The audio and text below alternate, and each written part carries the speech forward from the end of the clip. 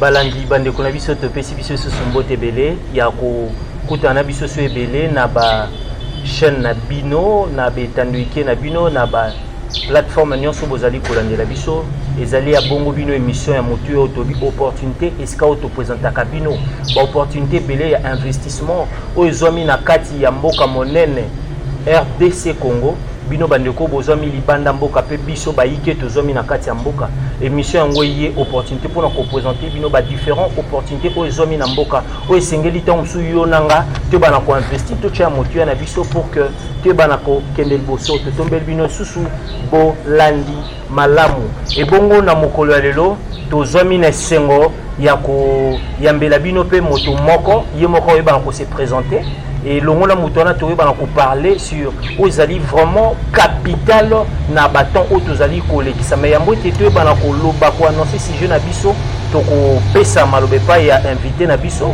ako bana ko se présenter ko ebisa biso so kazali. Bonjour papa. Bonjour ndeko Jonathan Kimbendi. Papa, est-ce que ko se présenter bato bazolanda yo baye bozali nani osala kanini vraiment?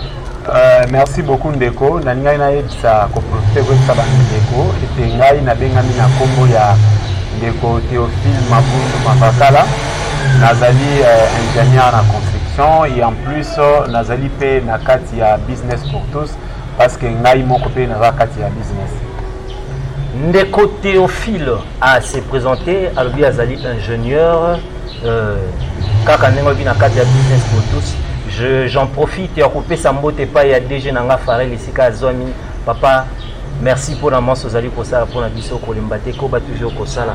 Et bongo nande côté yo ndenga se présenter to ko ba na ko lobela bino sujet oyo ba lobi na biso quel business rentable pendant cette période de confinement. Mombongo nini ya ko sala na période ya confinement oyo kokiko donc c'est la biso bon na banzi était sujet oyo très important pour na yo ndeko zotalanga même ozali banda mboka ibeti zali motuya pour na yo papa Théo business nini ya motuya oyo moto ko sala pendant baté un confinement oyo ko za renta mais après to koma na question na nina yeba no papa bakangi ba confiné Kinshasa ba confiné par-ci par-là mboka mobimba mokili mobimba batu baza confiné. Est-ce que c'est possible dans le temps où tu passes à la business et dans la réussir? Oui, merci ndeko Jonathan. Je crois que au tu ko le balikamu ya confinement. Mais na ebson ndeko que malgré ba confiné Kinshasa, malgré ba confiné Congo, malgré ba confiné mokili mobimba pona tina na bokono oyo ekangi mokili oyo tozobenga COVID-19. Mais na ebson ndeko Jonathan que malgré confinement, mais ngano tozo solola, ngano tozo pema, ngano tozo tambola ngano tozo loba lokola ngano tozo pema ngano tozo tambola tozo lia tozo loba donc cela veut dire que business ezali toujours coexister parce que ngano tozo exister tant que mokili ezo vivre bat bazo vivre il y a toujours possibilité ya kosala business pe rentabilité nango ekozala toujours possible. Business faut continuer à exister pendant que bateau exister. Tu veux te COVID-19 ezali ko beta to porter ko souhaiter ba mes condoléances na ba famille nyonso basi ko bungisa bango bandeko bazali ki cher pendant période oyo nzamba lola ko ba toujours ko continuer na bino. Et bongo papa Théo ndemo le bete tant que bateau bazo vivre business peut continuer toujours ko vivre. Est-ce que ko yebisa biso ba business ni pour bana poto bazo tala yo bana Israël bazo tala yo Bana France, États-Unis, j'en profite na pesimbo te pa ya pasteur Bernard Kako depuis Texas nzamba lola e bana kopambola yo. Yebisa bango parce que bazana bambongo na bango. Et fani na banda bien que baza confiné.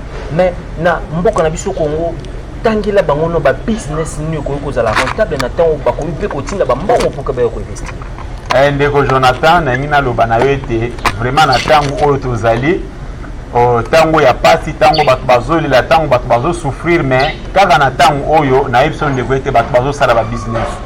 Alors pour na kozonga na question no tunini rentabilité en fait business nini kozala mutuya na tango oyo ya confinement na epson de koke loko eza mutuya koleka kolia ya bato ezate parce que bato bako sala makambo nyonso bako zana wa kosala pour kaka to vanonga boy to solo to zala makasa kosala c'est parce que quelque part to le le business est na mutuya koleka ne connexion est nutrition parce que mutako zanga mbongo kosomba ndako akozanga mbongo kosomba mutuka mais du moins akobunda azwa a été loko kolia donc eloko kolia est très capital pesa très important o mutu nyonso abimaka na tongo azozonga na pokwa ata azwi ya kosomba elamba te, mais du moins azobunda ya kolia mpona bana na ye mpe mpona libotane mobimba.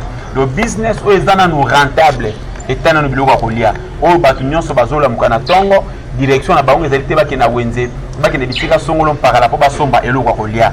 Le business oyo eza mutu ya na ntango oyo tozali ya covid-19 eza nanu likambo ya kolia ya bato.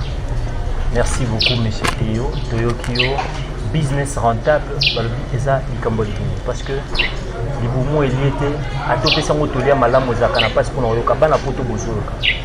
Na kati ya Kinshasa, cop ya kolia des affaires. Bino bona bambongo evana bapale, kopa kolia papa Théo. Zala plus clair, si kolie bisa bango. Kolia biloko les ba matembele pesa biloko kolia, ba safu pesa biloko kolia, mais za biloko tala ba saison. Biloko nini ngeti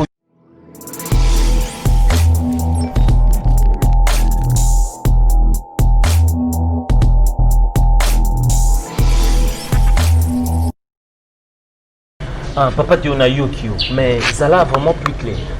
Biloko nini yango wana o muto ko tshela mbongo ne investigation investir mbongo na ye azile ngo pe litomba na suka pendant kasungi pe bana mboka bai bana kolia na tango bazanga biloko kolia te malgré makambo belé ezana penza malamu nini te na mboka na biso yebisa bango ba biloko ngo kozala penza nini.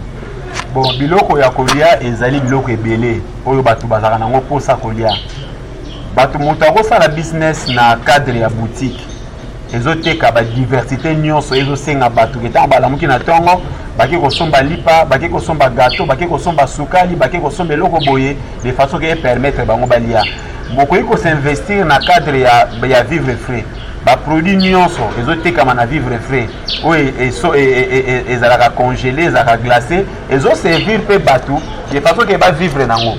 Donc kolia eza lolenge belé kolia na cadre ya fufu ya masango ya mbisi ya donc ba produit o eza ya vivre frais nyonso wana ezo englober kolia. D'autant mutu ami kotisi amitié na business ya biloko ya kolia yeba ke mutu wana akoiko échouer te. Donc eloko nyonso akosala ekopesa ye moi quelque chose pe ozana rentabilité nango parce que bato baliaka mikolo nyonso. Bato badiaka mikolo nyonso mais tozomona na mboka ngo pe mwa biloko ndenge ezomeka komatamata mpe ezotala mpe dollar yango ezomeka komatamata mais na yo kio na badio na yo olobeli masango okolobela fufu mais na Kinshasa po ezalaka te bafufu ngo utaka nano wapi oyo bato bakoki koinvestir mpona oui, ndeko Jonathan na Kinshasa fufu ezalaka te mais tout autour ya Kinshasa eza na bamboka ba province oyo bazoyela biso fufu mikolo nyonso. Ya mituka na nzela ba masuwa na nzela ba bateau na nzela ba train fufu ezouta na ba province mususu ezokotela biso awa masango ezouta na ba province ezoya ba pondu ezouta na ba province ezoya. Donc eloko nyonso mutu alingi s'investir nango na likambo etali kolia mutu wana akozala jamais déçu à se retrouver surtout ceux qui a ciblé ka biloko eza important kaka mpona kolia ya bato ya population parce que remarquer que na Kinshasa bato baza tellement ebele so tambola babalaba mona bato ebele le bato wana nyonso bakozanga esika kolala mais du moins bakobundanaka ntango nyonso mpo baza na eloko ya kolia. Donc c'est très important et très capital mpona likambo ya kolia na kati ya mboko. Très important et très capital na likambo kolia. Papa Théo to yokio na masologi investissement bloco intérieur ezoya mais mutu na poto. Le bon ça va na zo investir mbongo nanga pas seulement pour ngala zo d'intérêt mais pour na sunga pe bana mboka. Moi na poto nyonso aux en Europe, les États-Unis, la France, l'Amérique, partout en Asie. Il y a des gens qui ont fait des famille, des gens qui ont fait des pour sunga bango pour sunga pe du botana. Mais ça la pour ça à salango à éviter à bander la ouate. Moi je crois que bandeko wana nyonso bazali banda mboka de partout à travers le monde sika bazali ba moni ke bazana ba moyen te ba possibilité ou ko permettre que basunga bandeko na bango ba kota en contact na bandeko na bango pour ba aider bango de façon que ba se retrouver na kolia ba wi ko contacter biso na business pour tous. Je crois que mission oyo bandeko bazolanda partout bazali ceux qui bazolanda émission oyo ceux qui ba contacter biso na lisanga oyo ya business pour tous. Je crois que lisanga otoza eko sunga bango eko pesa bango opportunité wana parce que opportunité zo pesa mapona mutu nyonso awa na business pour tous que to tcha bango en contact na bango na bandeko na bango baza na kati ya mboka pe to iko sunga bango na lolenge nyonso o esengeli de façon que batendre bandeko na bango. De toutes les façons, bana poto boyoki. Vous avez poto, peut-être vous avez un métier à quinté. Mais souvent, bino batiboza qu'on a pas prêché, bino toujours évangile à ma bec et mboka wan ezaboye. Mais laissez-moi vous dire que business pour tous les structures à malamu pour les autres yo nanga tu vas nous investir dans mboka na biso pour nous koyeba kolia bio, tu vas kosunga pe population na biso. Papa tu as lobby, tu vas na koleka na direction au ezwami ya business pour tous. Botali vidéo, botali émission, bo contacter biso. Ba couper sa orientation comme il le faut. Tozo qui ne malé malembe pour nous chiter papa Théo. Merci pour nous répondre à l'invitation à biso tebino ba ingénieur, ba chiter boit toujours na ba makambo belé mais tant au disposer tant na yo pour répondre présent à l'invitation à biso. Vraiment ça nous va droit au cœur. Nous ambalola pambola yo, natang yo au lekisi ya pambate pour au prêcher évangile na bandeko nyonso bando e bateni basala mais grâce na yo pas comprendre le Seigneur basala.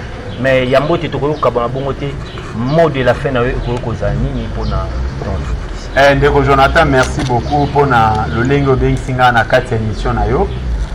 Mot de la fin, je crois que mot de la fin ça passe pour nous parce que tozana nous vivre mais likambo na ko lo ba pour émission lelo. En tout cas merci pour l'émission. Merci pour la structure yo business pour tous oyo invité ngai na 4 émission oyo. Na koyebisa tellement bandeko oyo bazali banda ya mboka partout bozali bo hésiter te bino nyonso bozana posa ya ko investir na kati ya mboka bino nyonso bozana posa ya kosunga bandeko na bino na kati ya mboka bino nyonso bozana posa bokota en contact na bandeko na bino na kati ya mboka bo hésiter te bo contacter structure au business pour tous eza structure moko na yebi ke eza sérieux ndeko Jonathan. Je crois que bandeko nyonso bakomi kota awa bakozala décider yango na osenga na bino bo hésiter te bo benga ba numéro oyo ko s'afficher na émission oyo bo benga bo contacter yango et puis boko za ba précision nyonso ndenge boko kota en contact na bandeko na bino na kati ya mboka pe ndenge boko sungama po bo s'investir na kati ya mboka na bino. Merci papa Théo pour la malobana yo na banzi tozo ki ni malembe pour na kochiter mais toko kabongo te na pesi merci et pas il y a le grand monteur depuis Israël monsieur Tridon Eteni Ebele à Bambote Ebele, Nabanzi Bambote Noekomi. Je tiens encore à remercier notre caméraman qui était au Forum Moulin, Papa Steve. Merci pour la Mosala Kitoko. Et pas il y a Maman Dorcas ou Alimba Kité, Azalaki toujours au Forum Moulin. Merci pour la Mosala Kitoko Bozali Kokoba. Et Zalaki Abinon de Jonathan Kimbembe Mbumba. Aebanaki ko conduire émission oyo. Yo pozali na posa ya ko prendre part na émission oyo ya ko partager ba idée na na bandeko. Benga biso na ba numéro oyo za affiché au bas de l'écran to ko yeba na ko sola pe to ko pesa ba précision nyonso. Botika la toujours branché na chaîne Abiso Business pour tous et bongo biso na bino to kutani na mikolo bizali ko ya Nzambalola apambola bino. Merci beaucoup.